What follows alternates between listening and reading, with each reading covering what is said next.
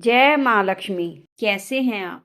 माता लक्ष्मी की कृपा हमेशा आपको और आपके परिवार को बनाए रखे। क्या आप जानते हैं कि कुछ घर ऐसे होते हैं जहां माँ लक्ष्मी कभी प्रवेश नहीं करती।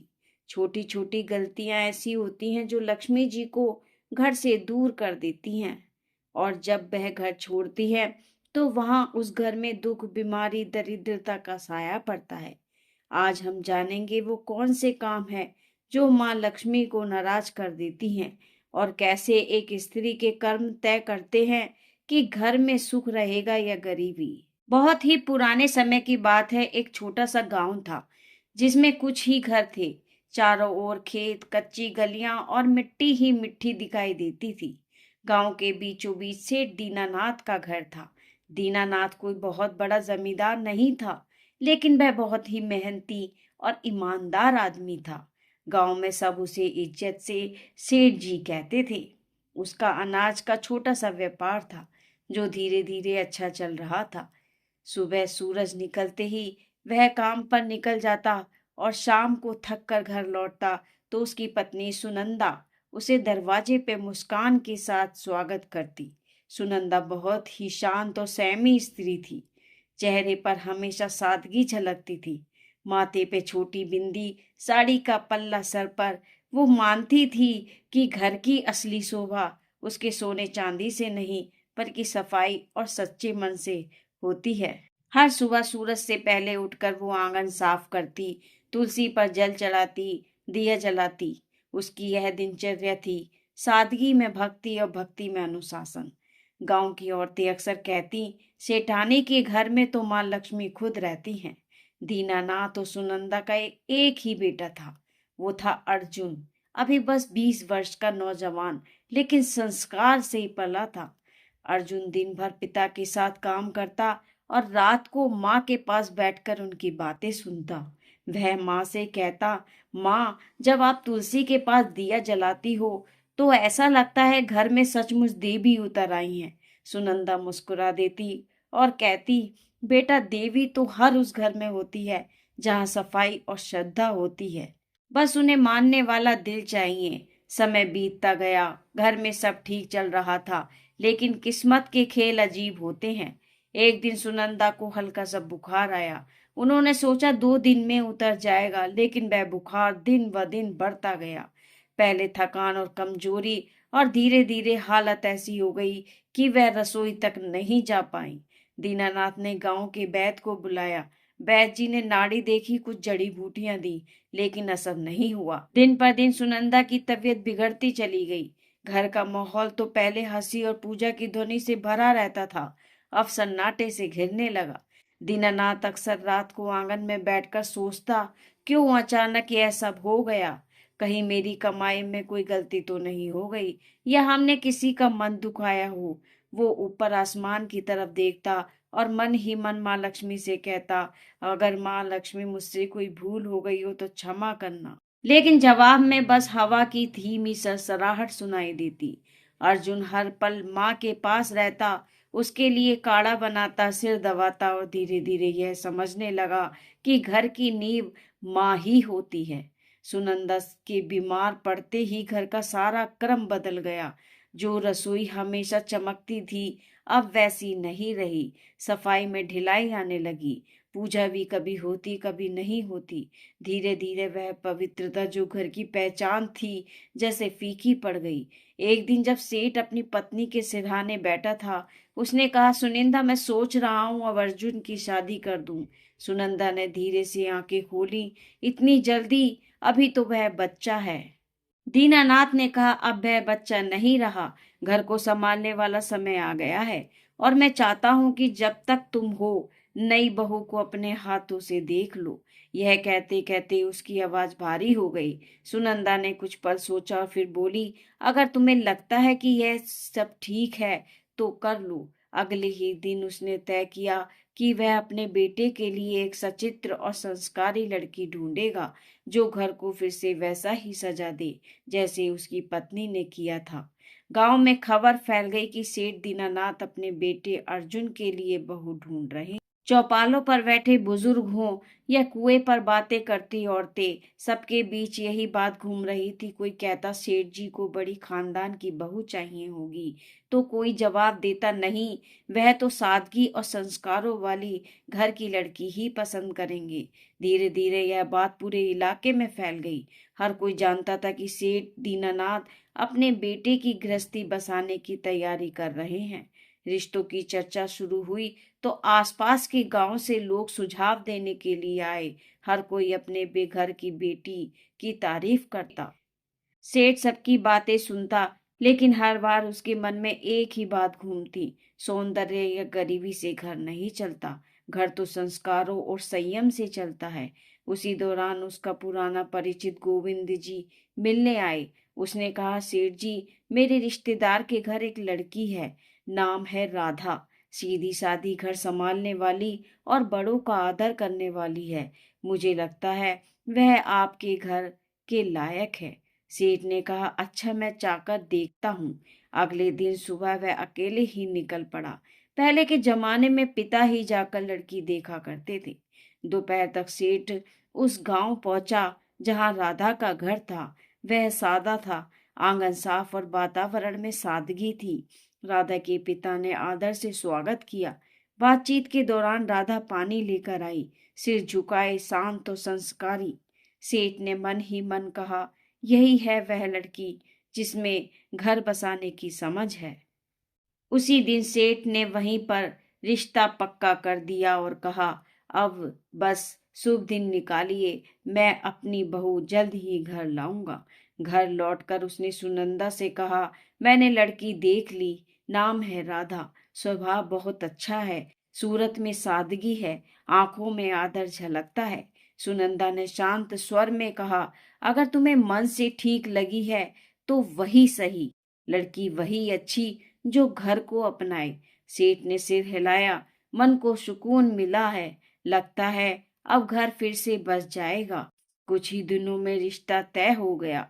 शुभ मुहूर्त निकला और दोनों घरों में खुशी की लहर दौड़ पड़ी। समय बीता और शादी का दिन आया। सादगी से मगर पूरे रीति रिवाजों के साथ विवाह हुआ। राधा अब सेठ के घर की बहू बन चुकी है। शादी को कुछ हफ्ते बीत चुके थे। घर में नई रौनक थी, सभी कुछ जैसे फिर से जीवित हो उठा था। राधा सुबह जल्दी उठती, आंगन में जल छिड़कती, तुलसी को प्रणाम करती और रसोई में मां अन्नपूर्णा का भोग तैयार करती। सुनंदा के चेहरे पर सुकून था। उन्हें लगता था कि जैसे घर में मां लक्ष्मी खुद आकर बस गई हूँ। लेकिन जैसे जैसे दिन बीते, राधा की आदतें बदलने लगी। वह अब सुबह देर तक सोने लगी और कुछ ही दिनों में आंगन की सफाई का समय भी बदल गया। पहले सूर्यास्त से पहले झाड़ू की आवाज आती थी। अब सूर्य ऊंचा चढ़ जाता था, तब भी आंगन में बिखरे पत्ते वैसे ही पड़े रहते थे। एक दिन सुनंदा तुलसी पर जल चढ़ाने निकली तो देखा कि झाड़ू कोने में पड़ी है और राधा अभी तक उठी नहीं। वे कमरे में गई और धीरे से बोली, बेटी, अब तो सूरज आंगन तक चढ़ाया, उठ जा, घर की रौनक सुबह की सफाई से शुरू होती है। राधा ने आंखें खोली और बोली, माँ जी, आज बहुत नींद आ रही है, बस थोड़ा सा सोने दीजिए। सुनंदा ने कहा, बेटी, देर तक सोने से मन में सुस्ती आती है और जब मन सुस्त हो जाता है तो माँ लक्ष्मी जी घर का रास्ता भूल जाती हैं। सुबह की हवा और सूरज की किरणें घर की बरकत होती है, इन्हें यूं मत खो। राधा ने हल्की सी मुस्कान दी, माँ जी, मैं कल से ध्यान रखूंगी, लेकिन आज मुझे सोने दो। सूरज निकला, आंगन में सन्नाटा रहा और तुलसी की मिट्टी सूखी पड़ रही थी। कुछ दिन बाद एक और बात हुई। राधा झाड़ू लगा रही थी, तभी झाड़ू से उसकी पैर आवाज लगाई, राधा बेटी, झाड़ू को पैर मत लगाना, यह माँ लक्ष्मी का प्रतीक होती है। राधा ने हंसते हुए कहा, अरे माँ जी, यह तो बस झाड़ू है, गलती से लग गई, अब इसमें क्या शगुन क्या अपशगुन। सुनंदा ने झाड़ू उठाकर दीवार के पास रखते हुए बोली, बेटी, यही तो गलती है, जब इंसान छोटी छोटी बातों को हल्के में लेता है तब बड़ी बरकतें उससे रूठ जाती हैं। झाड़ू सिर्फ सफाई का औजार नहीं, यह लक्ष्मी जी का आशीर्वाद है जो गंदगी दूर करती है। राधा ने हल्के स्वर में कहा, माँ जी, आप भी ना हर चीज को पूजा बना लेती हैं। सुनंदा मुस्कुराई मगर आंखों में चिंता उतर आई। धीरे धीरे राधा का ध्यान घर की सफाई और रसोई से हटने लगा। एक दिन वह खाना बनाकर थक गई और झूठे बर्तन चूल्हे के पास ही छोड़कर सोने चली गई। आधी रात को जब सुनंदा पानी लेने उठी तो देखा कि रसोई में झूठे बर्तनों का ढेर लगा है। सुबह उन्होंने राधा से कहा, बेटी, रसोई माँ अन्नपूर्णा का घर है, वहां गंदगी छोड़ना सही नहीं है। रात की गंदगी से नकारात्मकता पनपती है। राधा ने कहा, माँ जी, आप तो बस चिंता करती रहती हो, मैं साफ कर दूंगी। सुनंदा ने गहरी सांस ली। बेटी, जो काम शाम का हो उसे सुबह तक टालना बरकत को टालना होता है। सफाई रसोई से ही शुभ का आरंभ होता है। राधा ने कुछ नहीं कहा पर उसके चेहरे पर थकान अनिच्छा साफ झलक रही थी। शाम का समय था, सूरज ढल चुका था और घर में दिया जलाने का वक्त था। तभी राधा ने झाड़ू उठाई और आंगन बुहारने लगी। सुनंदा ने तुरंत आवाज लगाई, राधा, शाम को झाड़ू नहीं लगाते बेटा, इस वक्त माँ लक्ष्मी घर में प्रवेश करती हैं। राधा ने बिना रुके कहा, माँ जी, जब दिन में वक्त नहीं मिलता तो शाम को ही झाड़ू लगानी पड़ती है, इससे क्या फर्क पड़ता है। सुनंदा दरवाजे पर खड़ी होकर बोली, फर्क पड़ता है बेटी, शाम को झाड़ू लगाने से लक्ष्मी माँ का आशीर्वाद बाहर निकल जाता है। बरकत सिर्फ कमाई से नहीं आती, आदतों से भी आती है। राधा ने झाड़ू एक और रख दी और बोली, माँ जी, मैं आपकी इज्जत करती हूँ पर अब जमाना बदल गया है, लोग यह सब बातें नहीं मानते। सुनंदा ने शांत स्वर में कहा, बेटी, जमाना बदल गया है लेकिन घर की नींव नहीं। जो परंपरा से जुड़ा रहे वही स्थिर रहता है। कुछ दिन बाद एक और घटना हुई।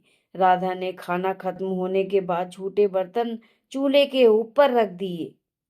जब सुनंदा ने देखा तो बोली, बेटी, चूल्हा माँ अन्नपूर्णा का आसन है, वहां झूठे बर्तन नहीं रखे जाते। राधा ने बिना ऊपर देखे कहा, माँ जी, मैं बस जगह की कमी से रख दिए थे, बाद में धो दूंगी। सुनंदा ने कहा, रसोई में पवित्रता सबसे जरूरी है। अगर चूल्हे पे गंदगी होगी तो लक्ष्मी जी की कृपा भी घट जाएगी। राधा ने मुस्कुराते हुए कहा, माँ जी, हर चीज में देवी ढूंढना बंद कीजिए। खाना तो मैंने बना ही लिया है और थोड़ी देर में सब साफ कर दूंगी। सुनंदा ने कोई जवाब नहीं दिया। उसके चेहरे पर निराशा थी मगर मन में अब भी उम्मीद थी कि शायद एक दिन राधा इन बातों का अर्थ समझ जाएगी। धीरे धीरे घर का माहौल बदलने लगा। पहले जहां सुबह पूजा की घंटी बजती थी, अब सन्नाटा रहने लगा। तुलसी के पास मिट्टी सूख गई थी, दीपक बुझा हुआ था। सुनंदा अब भी हर सुबह तुलसी के सामने खड़ी होकर कहती है, माँ, इस घर पर अपनी कृपा बनाए रखना, मेरी बहू को सही समझ देना। लेकिन जैसे घर की रोशनी धीरे धीरे कम होती चली जाती है, सेठ अब चिंतित रहने लगा। उसे लगता घर में कोई अदृश्य भारीपन फैल गया है। एक दिन उसने सुनंदा से कहा, लगता है माँ लक्ष्मी रूठ गई हैं। सुनंदा ने चुपचाप सिर झुका लिया। उन्हें पता था कि यह सब राधा की लापरवाही आदतों का नतीजा है, पर वह अभी भी उसे डांटना नहीं चाहती थी।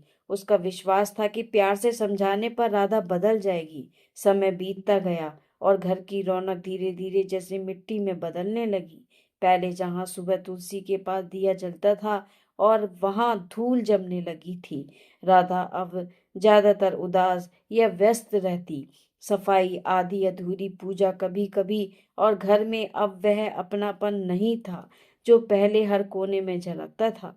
सेठ ने सबसे पहले बदलाव अपने व्यापार में महसूस किया।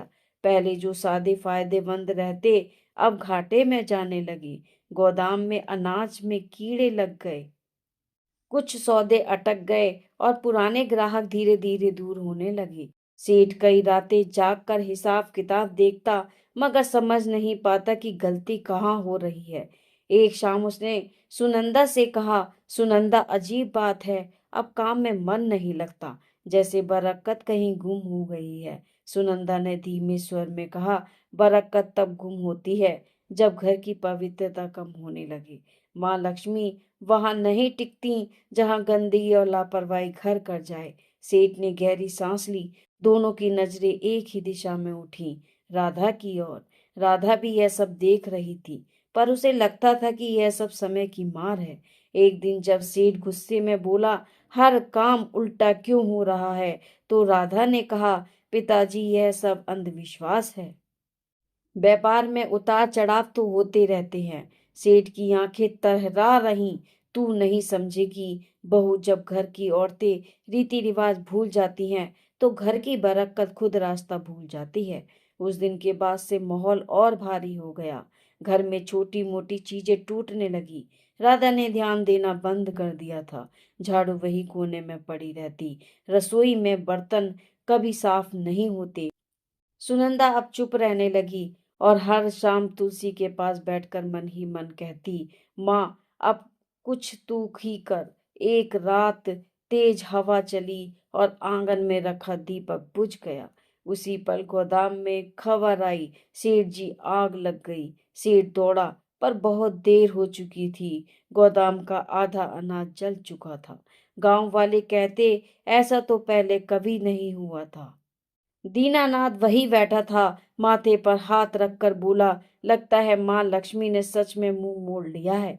घर लौटते समय उसकी आंखों में आंसू थे। उस रात घर में कोई नहीं भूला। सेठ के दिल में पहली बार यह एहसास बैठ गया, अब अगर कुछ नहीं बदला तो इस घर की खुशियां कभी वापस नहीं आएंगी। सेठ की मेहनत, नाम और इज्जत सब एक साथ डूब गए। घर का माहौल भी अब बदल चुका था। पहले जहाँ हर सुबह पूजा की घंटी और तुलसी की खुशबू होती थी, अब वहाँ सन्नाटा। दिन रात चिंताओं में डूबा रहता। रात को अक्सर बरामदे में बैठकर बुदबुदाता, माँ लक्ष्मी कहाँ चली गई तुम। एक शाम सेठ घर लौटा, चेहरा गुस्से से लाल था। वह आंगन में बैठ गया और एकदम से बोला, बस अब और नहीं सह सकता यह सब। सुनंदा चौंकी। क्या हुआ? सेठ ने जोर से कहा, क्या बताऊं, सब खत्म हो गया है। मेहनत, इज्जत, कारोबार सब जलकर राख हो गया है। और मैं जानता हूँ यह सब किसकी वजह से हुआ है। उसकी नजर राधा पर टिक गई, जो पास ही खड़ी थी। राधा सक पका गई, धीमे स्वर में बोली, पिताजी, मुझसे क्या गलती हुई है? मैं तो हर दिन अपना काम करती हूँ। सेठ का स्वर भारी और कांपता हुआ था। तूने घर का रूप बदल दिया। न सफाई, न श्रद्धा, न सुबह का दीपक। जब औरत घर की मर्यादा भूल जाए तो लक्ष्मी जी उनका साथ छोड़ देती हैं।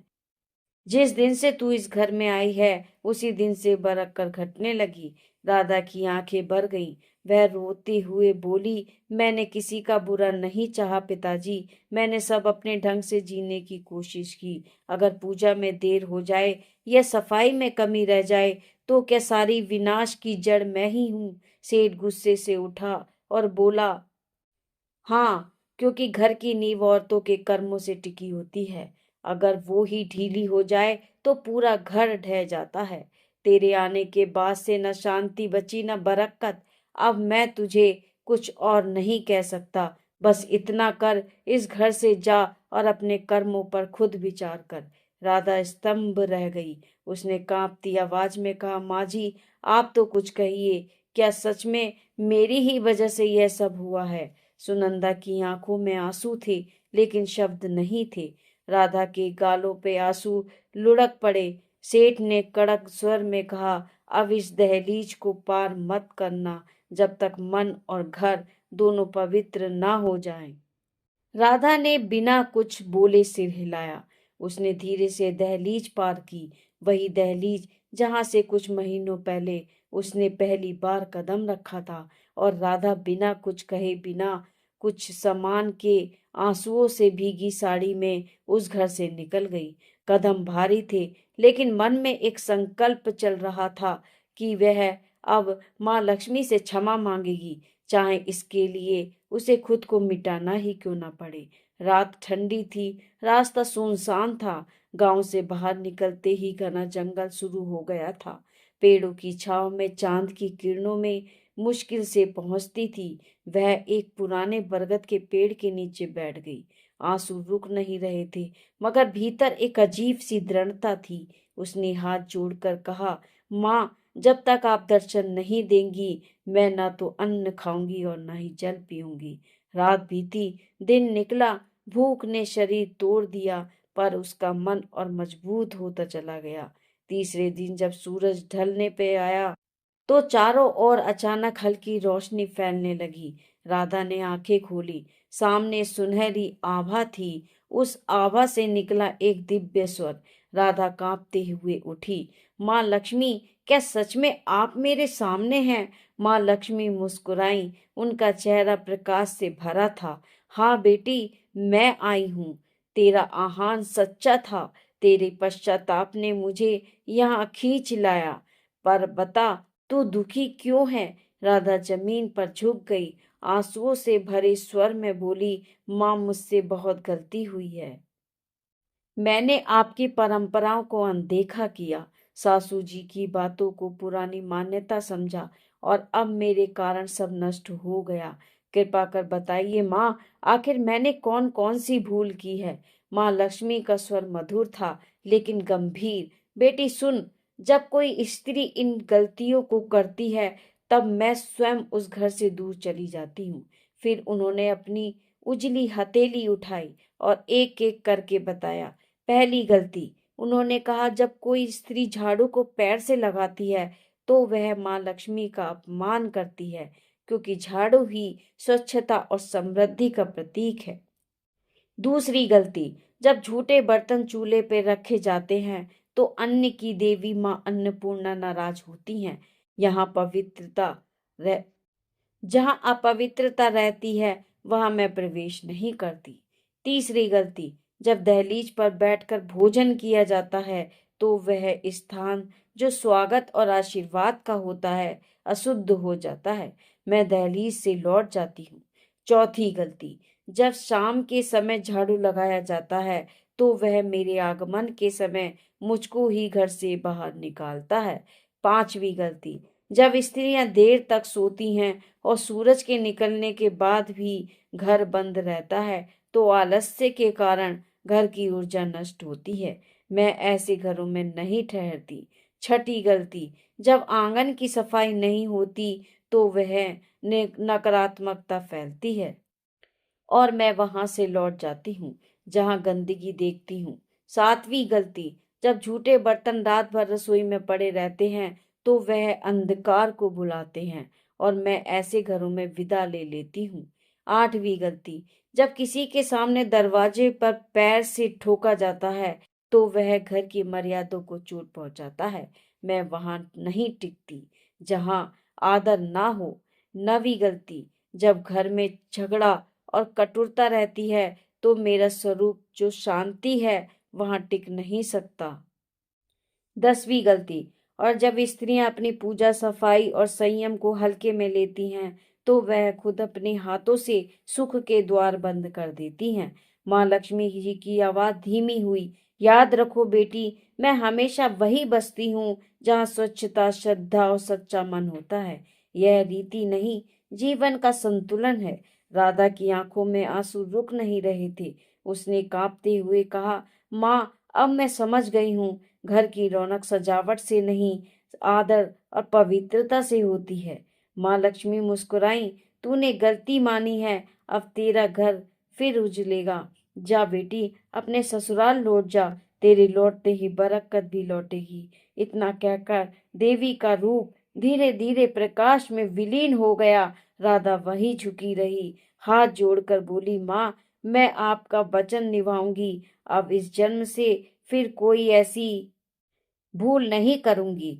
फिर उसने सिर उठाया, आंसुओं में मुस्कान भी, और कदम गांव की ओर बढ़ा दिए। जैसे ही उसने दहलीज पार की, सुनंदा दौड़ कर आई और आंसुओं के साथ बोली, राधा तू लौट आई। राधा ने कहा, माँ जी, मैंने सब समझ लिया है। माँ लक्ष्मी घर में तभी बसती हैं जब सफाई, पूजा और श्रद्धा साथ हो।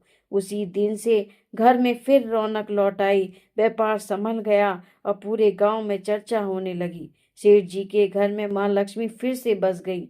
दोस्तों याद रखिए, जो स्त्रियां घर में गंदगी रखती हैं, देर तक सोती हैं, रसोई में झूठे बर्तन छोड़ती हैं, शाम को झाड़ू लगाती हैं, दहलीज पर बैठती हैं या सफाई को हल्के में लेती हैं, उसी घर में कभी लक्ष्मी प्रवेश नहीं करती। ऐसे घरों में सुख नहीं टिकता, बल्कि दरिद्रता और दुख का बास बन जाता है। माँ लक्ष्मी उन्हीं घरों में निवास करती हैं जहाँ स्वच्छता, सच्चाई, श्रद्धा हो। तो बहनों और भाइयों, अगर आप चाहते हैं कि आपके घर में माँ लक्ष्मी की कृपा सदा बनी रहे, तो इन 10 गलतियों को आज से ही छोड़ देना और अपने घर को पवित्र रखिए। अगर आपको माँ लक्ष्मी और राधा रानी की यह कृपा अच्छी लगी हो, तो इस वीडियो को लाइक, शेयर और कमेंट जरूर करना और सब्सक्राइब भी करना। आपके सब्सक्राइब से मनोबल मिलता है और आगे मैं इसी तरह की कहानियाँ आगे भी लाती रहूंगी।